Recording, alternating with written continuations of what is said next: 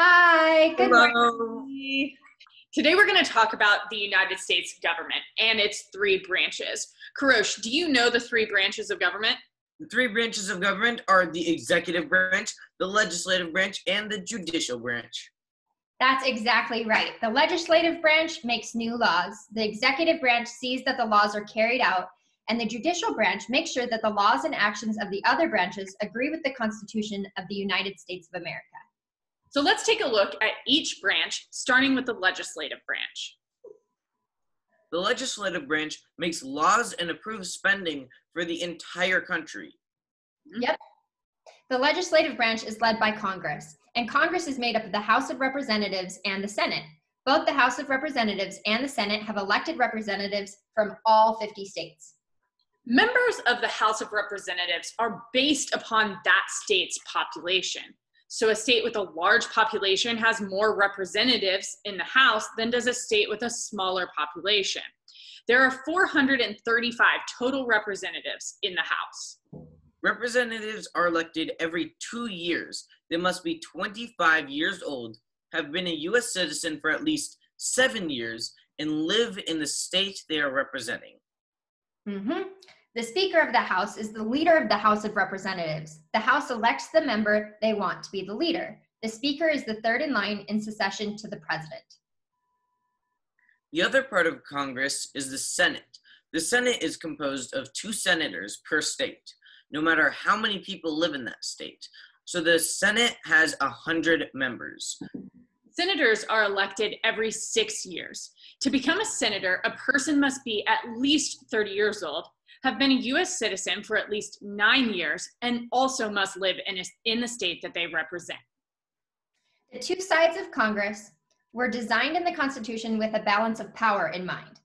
That's called checks and balances, and we will talk about that after we get through all of our branches. But let's talk about how a law is made. For a law to be made, it has to go through a bunch of steps called the legislative process. Exactly. So let's walk through that process. The first step is for someone to write a bill. Anyone can write a bill, but only a member of Congress can present it to Congress. Yep. Next, the bill goes to a committee that is an expert on the subject of the bill. In this committee, the bill may be rejected, accepted, or changed. The bill could even go to a number of committees. Experts in the topic area are often brought in to witness and give their opinions on the pros and cons of the bill. Once the bill is ready and the committee agrees, it goes before the entire Congress. Both the House of Representatives and the Senate will have their own debates about the bill. Finally, Congress will vote. A bill must get a majority of the votes from both the Senate and the House of Representatives to pass. After that, the president gets the bill. The president can then sign the bill into law or choose to veto the bill. If the president vetoes a bill, Congress can then try to override the veto by getting 2/3 of the vote from both the House of Representatives and the Senate. Historically, though, Congress has overridden fewer than 10% of all presidential vetoes. So you know that the legislative branch is the part of the government that writes up and votes on laws, which is called legislation. In addition to making laws, Congress has other responsibilities and powers. One of those powers is creating an annual budget for the government and then taxing citizens to pay for it. Another important congressional power is the power to declare war. The Senate has a specific job to sign treaties with other countries. They also confirm presidential appointments like judges for the Supreme Court and ambassadors. Yep, and Congress also has special jobs, such as performing government oversight. They are supposed to make sure that the government is spending the tax money on the right things and that the other branches of government are doing their jobs. The next branch we are going to talk about is the executive branch. The leader of the executive branch is the President of the United States. The President holds all of the power for this branch of the other government, and the other members report to the President. The President is the leader of the U.S. government and is both the head of state and the commander-in-chief of the U.S. Armed Forces. One of the main powers of the president is the power to sign legislation from Congress into law or to veto it. A veto means that even though Congress voted for the law, the president doesn't agree.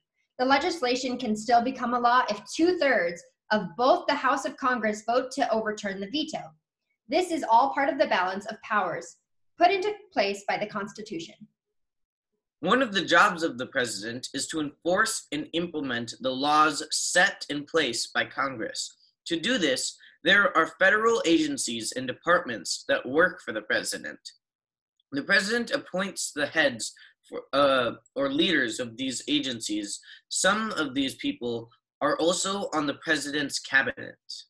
Other responsibilities of the president include diplomacy with other nations, including signing treaties, and the power to grant pardon to criminals of federal crimes. Now remember, treaty power is coordinated between the effort of the executive branch and the Senate, which is part of the legislative branch. The president may form and negotiate, but the treaty must be advised and consented by a 2/3 vote in the Senate. Only after the Senate approves the treaty can the president ratify or sign it to make it official. Yep, and to further balance power and to keep too much power from any one person, that's why it's limited to 2 4-year terms of being president. The president and the first family live in the White House in Washington, D.C., as you probably already know. The Constitution states 3 requirements for a person to become president: at least 35 years old, a natural-born U.S. citizen, and live in the U.S. for at least 14 years. Other parts of the executive branch include the vice president, the executive office of the president, and the cabinet. Yep, the main job of the vice president is to be ready to take over for the president if something should happen to the president. Other jobs include breaking a tie and voting in the Senate and advising the president. The executive office of the president, also called the EOP for short, was created in 1939 by President Franklin D. Roosevelt. The White House staff heads up the EOP and has many of the president's closest advisors. Some of the EOP positions, like the Office of Management and Budget, are approved by the Senate. Other positions are just hired by the president. The EOP includes the National Security Council, which helps to advise the president on issues such as national security and intelligence. Another part of the EOP is the White House Communications and Press Secretary. The press secretary gives briefings on what the president is doing to press or media so that the people of the U.S. can stay informed. Altogether, the EOP helps to keep the executive branch running smoothly despite its wide range of responsibilities. And the cabinet is also an important and powerful part of the executive branch. It is made up of the heads of 15 different departments, such as the secretaries of Agriculture, Commerce, Defense, Education, Energy, Health and Human Services, Homeland Security, and more. All of these heads of the departments, called secretaries, must be approved by the Senate. The last branch we need to talk about is the judicial branch. The judicial branch is of the government. The judicial branch of the government is made up of the judges and courts. Federal judges are not elected by the people of the United States. They are appointed by the president and then confirmed by the Senate. There is a hierarchy of federal courts in the United States. At the lowest level are 94 U.S. district courts, which resolve disputes by determining the facts and applying legal principles to decide who is right. There is at least one district court in each state and the District of Columbia. Above the district courts are the 13 courts of appeals. The 94 federal judicial districts are organized into 12 regional circuits, each of which has a court of appeals. Appeals courts consist of 3 judges and do not use a jury.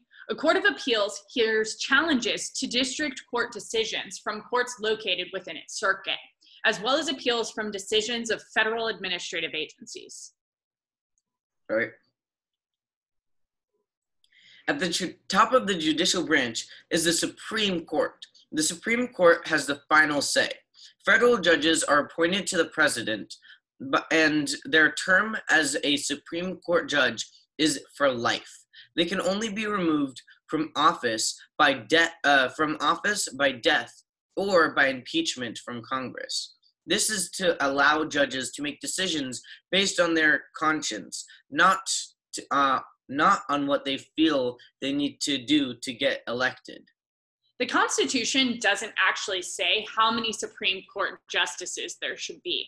There have been as few as 6 justices in the past, but since 1869, there have been 9 justices. Why do you think they picked an odd number, Krosh? They picked an odd number so there is never a tie. So like if you have 8 people and 4 people vote for one, 4 people vote for the other, it's just a hassle. Yeah, then we've got issues, right? So the Supreme Court doesn't have a lot of trials. What they mostly do is review cases that have been appealed from other lower courts. Not all cases are sent to the Supreme Court are reviewed. Around 7,500 requests are sent to the Supreme Court each year, and they only consider around 150 to review. The job of the courts is to interpret the laws of Congress. They don't make the laws. The legislative branch does that. Let's talk a little bit about the judicial process. The Constitution states that every person has the right to a fair trial before a competent judge and a jury of their peers. The Bill of Rights adds to this, guaranteeing other rights such as a speedy trial, the right to legal representation, and the right not to be tried for some of the same crime twice. I don't know why I had a hard time with that. And protection from cruel punishments. The accused person is given a lawyer if they can't afford their own, and is given time to review the evidence and build up their defense. Then the case is tried before a judge and a jury. If the jury determines that the defendant is not guilty, then charges are dropped and the accused goes free.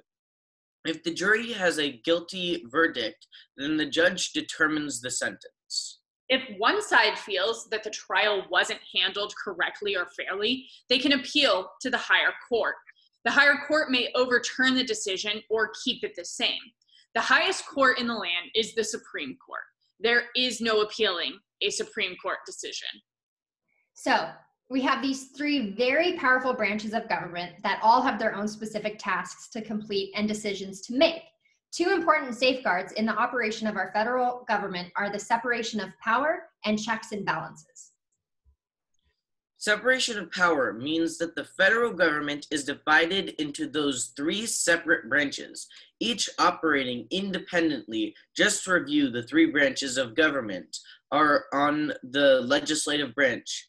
The 3 branches of government are on the legislative branch, made up of the House of Representatives and the Senate. The executive branch, made up of the president, vice president, and the cabinet, and the judicial branch, which is made up of the court system. Wow, I messed up a lot on that one. Oh, you did great.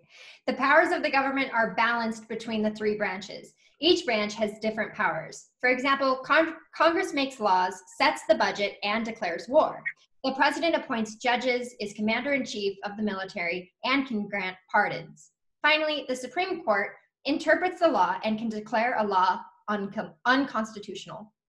But we also have the checks and balances system for our government in order to make sure that one branch doesn't become too powerful. These checks and balances enable each branch to keep the others in line. We are going to go over the checks that each branch has on the others. First, we will start with the checks on Congress. So, Danielle, can you screen share the photo? Yep. Why, thank you. Very nice. Thank you so much.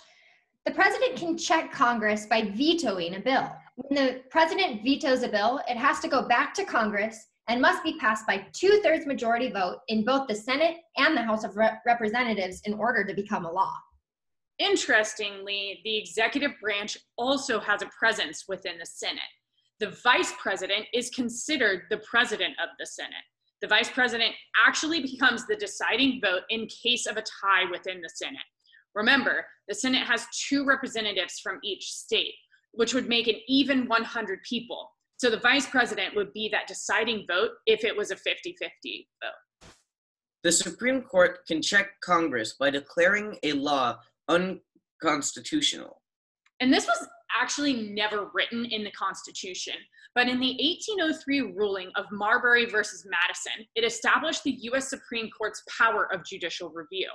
This happened because an act of Congress attempted to give the Supreme Court more authority than it rightfully had according to the U.S. Constitution, which was the supreme law of the land. Now let's go over the checks on the President of the United States. Congress can check the power of the president in a number of ways. The first way is through impeachment, where Congress votes to have the president removed from office. If the president is impeached, the Chief Justice of the Supreme Court presides over the trial that is held in the Senate. Only 3 presidents have been impeached: Andrew Johnson in 1868, Bill Clinton in 1998, and Donald Trump in 2019. However, no president has been removed from office. Now we need to talk about Richard Nixon, though. Due to the Watergate scandal, Nixon was the first and only president so far to voluntarily leave his post as president in 1974. He resigned before the articles of impeachment were enacted by the Senate. Had he stayed in office, he would have been impeached and likely removed from office for the scandal. Wow, that's super interesting. The next way is through what is called advice and consent. While the president can appoint judges and other officials, Congress must approve them. Finally, the Supreme Court can check the president by declaring executive orders as unconstitutional. And our last checks system is for the courts of the Judicial Branch. Congress can check the power of the courts through impeachment. Congress can vote to remove judges from the office. This is done through a vote of impeachment by the House and the trial and conviction by the Senate. The president checks the power of the courts by appointing new judges. The power of the Supreme Court can swing greatly based on a single judge seat and what beliefs the judge holds. Remember, there are only 9 Supreme Court justices, so there is never a tie. You're right. Congress also has a part in this check as well, because they must approve the president's appointment to that judicial seat. Yep. One last power that is worth mentioning is the power of the states and the people, like us. The 10th Amendment of the Constitution says that the powers of the United States government are limited to only those stated in the Constitution. All remaining powers are in the hands of the states and the people, like you and me. This allows the states and the people to help keep the power of the federal government in check through the Constitution. Now you know all about the branches of government and how each branch can keep the other in check. We'll see you right back here tomorrow. Bye. Dub, dub, dub.